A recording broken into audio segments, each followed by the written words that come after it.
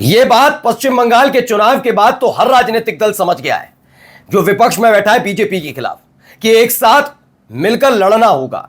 ये नहीं कि मैं तुमसे ज्यादा बड़ी पार्टी हूं, तुम क्षेत्रीय पार्टी हो, बल्कि हर एक क्षेत्रीय पार्टी का सम्मान कांग्रेस को भी करना होगा और उन क्षेत्रीय पार्टियों को कांग्रेस का भी सम्मान करना होगा। यानी आपसी सामंजस्य बिठाएंगे तभी कुछ हो पाएगा। पश्चिम बंगाल में भी यही हुआ, हमने आपको दिखाया था। कांग्रेस अलग लड़ी, ऐसे आम आदमी पार्टी दिल्ली में बहुत नहीं, दिल्ली के अलावा कहीं करना कर लो गठबंधन, दिल्ली में नहीं। क्या हुआ? अमूमन हर जगह यही देखने को मिल रहा है। लेकिन अब उत्तर प्रदेश को लेकर एक बड़ी खबर निकलकर सामने आई है। यह जो इंटरनल रिपोर्ट है इसने बता दिया है कि इस बार के 2027 के चुनाव में एसआईआर वाले खेल को थोड़ी देर के लिए साइड किया जाए तो भारतीय जनता पार्टी की दाल गलने वाली नहीं है। बहुमत नहीं, प्रचंड बहुमत का जिक्र किया जा रहा है। जी हां, 403 सीटों पर चुनाव हो तो कुल मिलाकर 224 सीटें यह गठबंधन, इंडिया गठबंधन जीत जाएगा। यानी कि इस बार अखिलेश यादव के मुख्यमंत्री बनने की प्रबल संभावना है। बस अखिलेश यादव और कांग्रेस यानी समाजवादी पार्टी और कांग्रेस का सामंजस्य वैसा ही रहे जैसे अमूमन हर जगह देखने को मिलता है। इन दिनों जो देखने को मिल रहा है मध्य प्रदेश के चुनाव के बाद, तो कहां से रिपोर्ट निकल कर आई, अब क्या नई रणनीति तैयार की जा रही है बीजेपी की तरफ से, एक एक खबर दिखा रहा हूं और कितनी सीटें, किसकी कितनी सीटें आने जा रही हैं वो भी आपको बताता हूं। नमस्कार, मैं हूं प्रज्वल गौतम और आप देख रहे हैं टाइम्स एक्सप्रेस। इससे पहले भी आपको मालूम है कि भारतीय जनता पार्टी का अपना एक तरीका रहा है काम करने का, और बीजेपी जो काम करती है, जिस तरीके से काम करती है, जो काम नहीं जिस तरीके से काम करती है, वो एक क्लियर कट मैसेज देने की कोशिश करते हैं कि हां हम ये कर रहे हैं और किस तरीके से कर रहे हैं, संवैधानिक संस्थाओं का इस्तेमाल हो या कुछ हो। लेकिन एक पोर्शन सिर्फ ये वाला है कि चाहे आप चुनाव आयोग, चुनाव आयुक्त, ईवीएम, एसआईआर, इन सब पर बात करें। लेकिन इन सब के इतर अगर उत्तर प्रदेश का जिक्र करूं तो 400 सीटों का दावा था, 400 सीटें जीतेंगे हम, 400 सीटें 400 सीटें 400 सीटें, सबको याद है। लेकिन 400 सीटों का क्या हश्र हुआ? वो खास तौर पर उत्तर प्रदेश के अंदर बीजेपी दूसरे नंबर की पार्टी बन गई और पहले नंबर की समाजवादी पार्टी। ऐसा नहीं है, इसीलिए वो एसआईआर खास तौर पर लेके आए लोकसभा चुनाव के फौरन बाद कि भैया एसआईआर कराएंगे जिससे ज्यादा से ज्यादा वोट जो विपक्षी पार्टी के उन्हें काटा जा सके। लेकिन इसके लिए सक्रिय रहने की जरूरत है। अच्छा, ये आंकड़ा जो निकला है कि आखिरकार इंडिया गठबंधन को 224 और अगर इसी वक्त चुनाव हो तो एनडीए को 174 सीटें क्यों मिलेंगी? जी हां, फिर याद रखिएगा आंकड़ा याद, 224 174। ये आंकड़ा कहां से निकल कर आया वो मैं आपको बता देता हूं। दरअसल आपको मालूम होगा कि लोकसभा चुनाव हुए थे, उस लोकसभा चुनाव के दौरान जितनी जैसी जैसी सीटें मिली उस आधार पर यह आकलन लगाया गया है।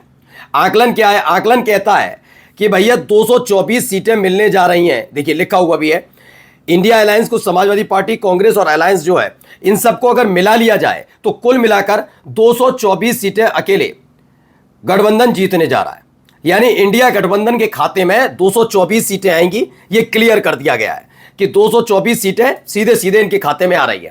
चाहिए कितनी? 404। अगर 3 की बात करें तो कुल मिलाकर ज्यादा नहीं, आपको 204 205 सीटों की जरूरत पड़ती है सत्ता में आने के लिए। इसलिए 224 सीटों की जीत का आकलन है, क्योंकि जिस तरह समाजवादी पार्टी ने प्रदर्शन किया लोकसभा चुनाव में, वो कांग्रेस का प्रदर्शन भी बढ़िया रहा। ये एलाइज का है, मैं आपको बता रहा हूं। यहां गठबंधन की लड़ाई अंदर खाने जरूर हो रही हो, समाजवादी पार्टी और कांग्रेस, जैसे कि भाई एनडीए में भी रहता है ना, अपना दल अपना करता राग अलाप रहा है, बीजेपी अपना राग अलाप देती है, फिर निषाद पार्टी अपना। लेकिन ये सारी पार्टियां जो ये वाली पार्टियां हैं, चाहे वो अपना दल हो, चाहे वो सुभाषपा हो, चाहे वो निषाद पार्टी हो, अब चाहे वो जयंत चौधरी की पार्टी हो, ये सारी पार्टियां मिलकर ये जानती हैं कि उनका एक पर्टिकुलर हिस्से में तो थोड़ा वजूद हो सकता है, लेकिन वो वजूद उतना नहीं है कि आप बीजेपी को चुनौती दे पाए इस दौर में।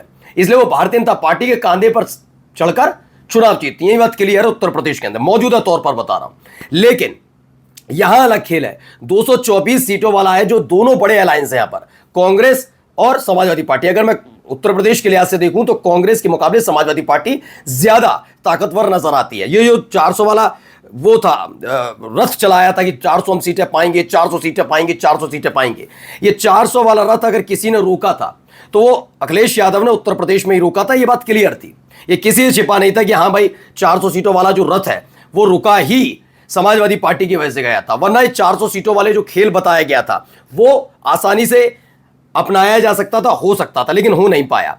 अब इसमें क्या बताया जा रहा है पहले देखिए, 224 सीटें हैं ये India alliance, Samajwadi party, Congress, allies, ये सब मिलकर अगर चुनाव लड़ाएं तो 224 सीटें जीते बिना मनमुटाव के। मनमुटाव नहीं होना चाहिए। पहला ये क्लियर संदेश है कि अगर मनमुटाव कि मुझे तो इतनी सीटें चाहिए, मुझे तो इतनी सीटें चाहिए, अगर इस पर रोना पीटना शुरू किया गया तो यहां पर हालत खराब होगी। क्योंकि अभी आपको केवल इससे नहीं लड़ना है कि 224 सीटें आएंगी नहीं आएंगी। इससे पहले आपको ये देखना है कि SIR है, इससे पहले आपको देखना है कि चुनाव आयोग है, क्योंकि चुनाव आयोग तो अभी लंबे समय तक रहने वाले हैं, यही वाले जो मोदी जी चुन के लाए, जिनका मामला सुप्रीम कोर्ट में चल रहा है कि आखिरकार कमेटी से मुख्य न्यायाधीश को क्यों हटाया गया, क्यों कैबिनेट मंत्री को शामिल किया गया, जबकि यह प्रक्रिया कितनी अच्छी थी और निष्पक्ष नजर आती थी। तो इसको लेकर है। अब है NDA, BJP plus RLD plus अपना दल S, इसमें निषाद पार्टी भी, एलाइज इसीलिए लिख दिया है। अगर ये लड़ते हैं चुनाव तो 124 सीटों पर सिमट कर रह जाएंगी, जबकि 200 से ज्यादा सीटें अकेले भारतीय जनता पार्टी की हैं। लेकिन अगर 174 सीटें लोकसभा चुनाव के परसेप्शन में कि जितनी सीटें इन सबको मिली, उस लिहाज से बताया जा रहा है कि इतनी सीटें इनको आ सकती हैं। इससे ज्यादा की उम्मीद फिलहाल फौरी तौर पर नहीं है। ये तब निकल कर आया है जब SIR का मुद्दा चरम पर है, और बस ये देखना है कि SIR के मुद्दे पर क्या उतनी ही तेज रफ्तार से बोल पाएंगे। क्योंकि जब पश्चिम बंगाल में ममता बनर्जी आवाज उठाएं या कोई उठाएं तो खास तौर पर देखने को मिला कांग्रेस पार्टी ने उस तरीके से नहीं रिएक्ट किया था जैसे रिएक्ट करना चाहिए था। अगर वो तभी उसी तरीके से रिएक्ट करते तो एक तस्वीर कुछ और बदलती हुई नजर आती। क्योंकि पश्चिम बंगाल में हर किसी को पता है कि भारतीय जनता पार्टी उस स्तर पर खड़ी हुई पार्टी नहीं थी।